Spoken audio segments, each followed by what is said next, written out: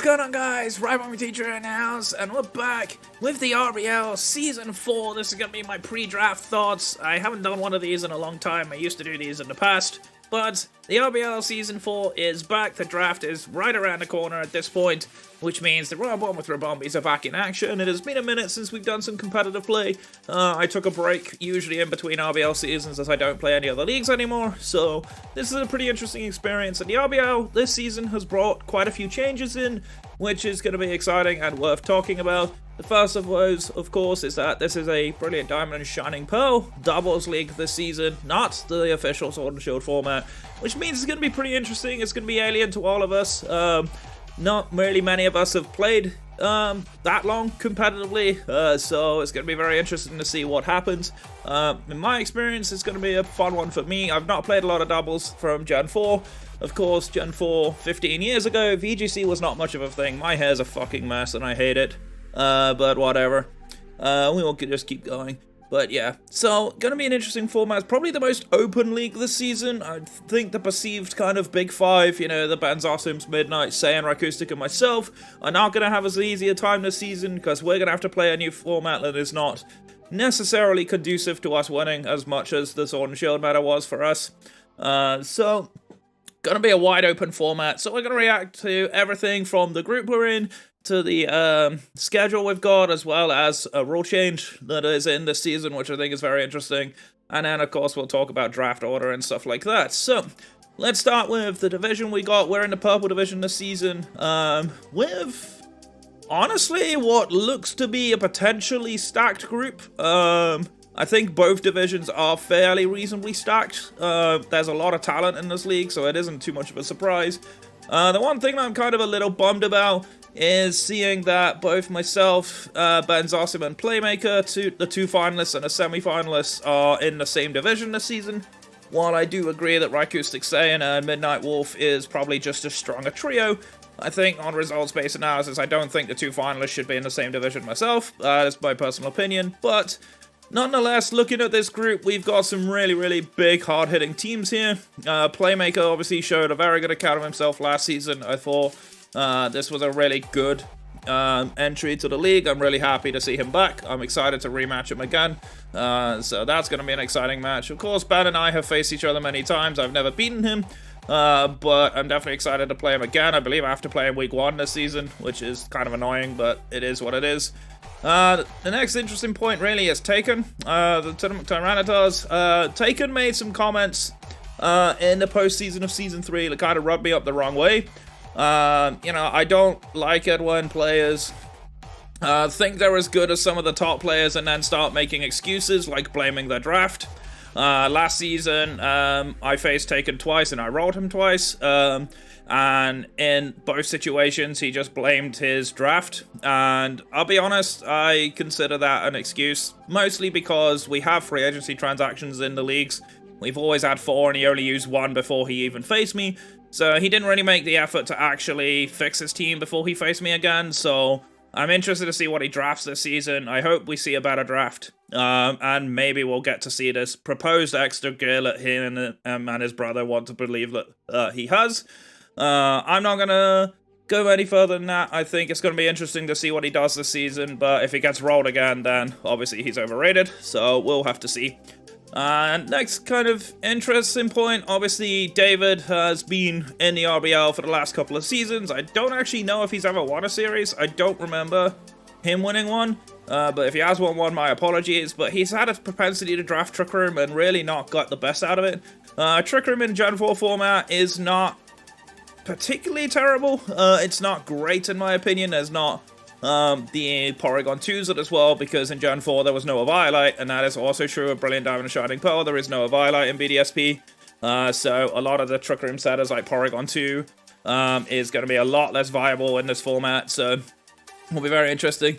And then Alice is the other one. So we actually got some British representation here with both myself, David, and Alice. Pretty interesting to see that. Alice has a propensity to have a really bad mental. If she really struggles at the start of the season, she tends to write the season off. And as far as I remember from the schedule, I think she's got a very hard opening 3 weeks. So it's going to be a very, very scary situation for her. I hope she doesn't give up. This time she did take a break between RBL seasons as she didn't play Season 3, but she did play Season 2. Kind of tilted off the face of the earth, so I'm hoping not to see that. And then we have two unknowns. Haley Jade is Rhycoustic's wife, which is an interesting situation, but that, of course, does not automatically qualify you as a good player. I know nothing about her pedigree as a player at all. I don't know if she's even played competitive before, but in many respects, as a newcomer, I think she's set up reasonably well for success. Rhycoustic is, of course, a very good player, so hopefully if he can tutor her and she takes that advice on really well, she might actually be a big dark horse, and that's something that's very interesting. And Sean Pittman, I know literally nothing about. I do like his logo, however. That's a really cool looking logo. But yeah, I know nothing about him. He could be really strong. He could be a complete amateur. I know nothing, but those kind of matches are always exciting for me, because not knowing what I'm up against makes the match even more spicy, and I'm always down for spicy matches. So I'm actually excited for this division. As it is going to be top 5 out of the 8 that make playoffs. My pre-draft prediction is going to be myself and Ben will probably be fighting for the top seed, and Playmaker joining that conversation as well. And then kind of towards the bottom end, I think Taken should make playoffs, providing he has a good draft and doesn't make excuses. And then as of the other 4, I'm going to say outside shot. I think Haley's going to make playoffs this season. I'm excited to see what she drafts, and I'm excited to kind of see how she plays. I think it's going to be a really interesting one. I think she might be a good shout for playoffs. If Alice doesn't tilt, I think she could make playoffs, depending on draft. And then, as far as I feel like David should probably not be in that conversation, and I don't know anything enough about Sean to know. But either way, this is a very exciting group. I'm definitely looking forward to these matches. It's a 7-week regular season. We did have another member of the league, but unfortunately one coach in both divisions unfortunately had to drop out due to schoolwork. So I do wish, of course, Ryan and Hot Wings well. So hopefully I get to see them again in the future, because I'm excited to play against them again.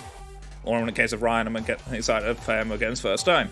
Let's go over the rules real quick. Most of the rules are the exact same as the previous season. However, the big one here is Baton Pass. Now, Baton Pass in previous RBL seasons has been dry pass only, in which case, honestly, most people just never used it, because Baton Pass without actually passing stats is not the greatest move in the world.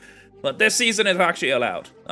So this means that Pokemon like Blaziken with Speed Boost and Sharpedo and even Ninjask may actually start not being in the conversation to be picked up as pretty solid moves.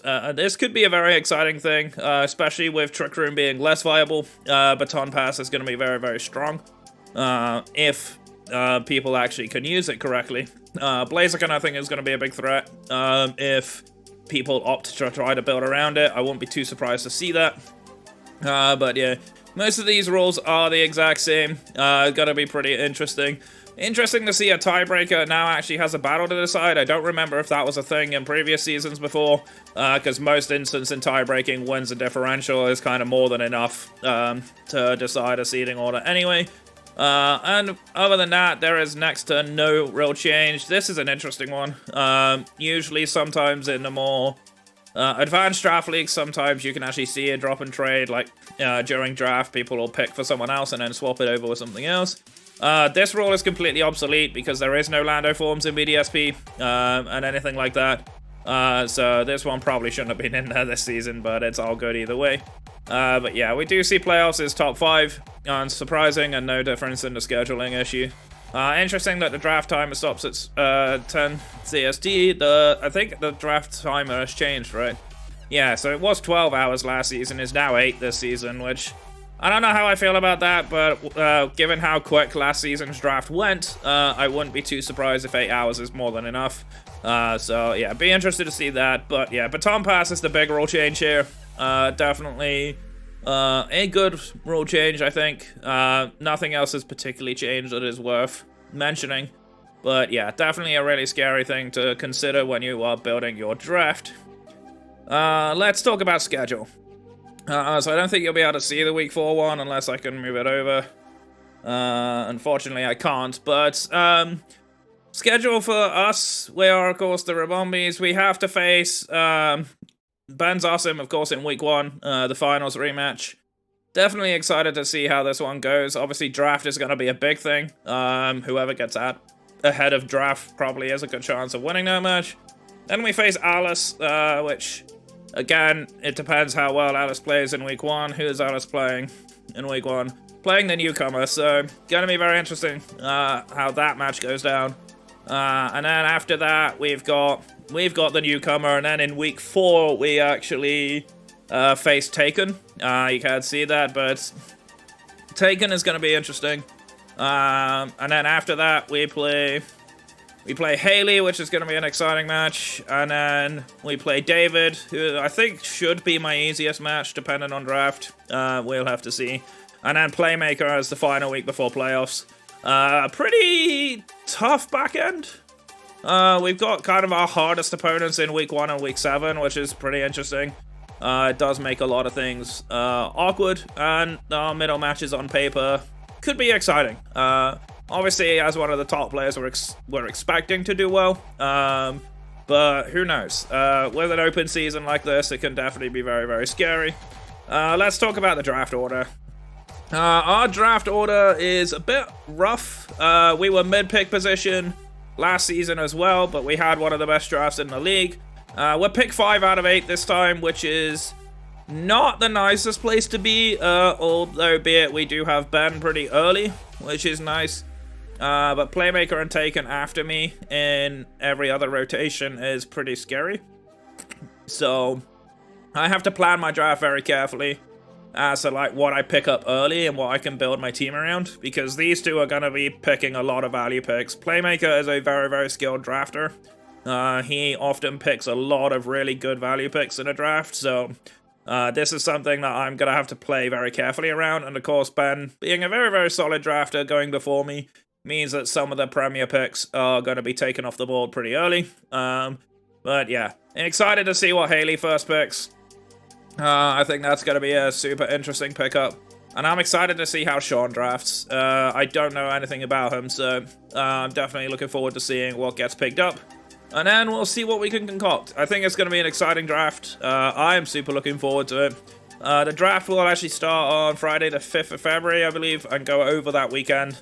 So I'll probably have a draft breakdown video at some point Sunday or Monday of next week. So I'm excited to see how that goes. But yeah, my initial thoughts, hopeful for this season. I'm optimistic. As always, I go into every season with playoffs as my target. I think that is always a reasonable target to aim at. Yes, I am considered one of the top players in the league, but to be perfectly honest with you, like, playoffs in any season to me is always a good achievement. So that's what I'm hoping for. Maybe I can get a finals. Maybe I can finally beat Ben.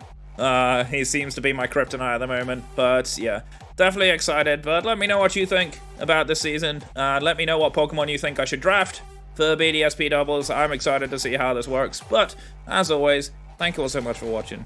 My name is Ribombee Teacher. I'm your coach of the Bournemouth Ribombees. Stay safe, stay awesome, and I'll catch you guys next time. Take care.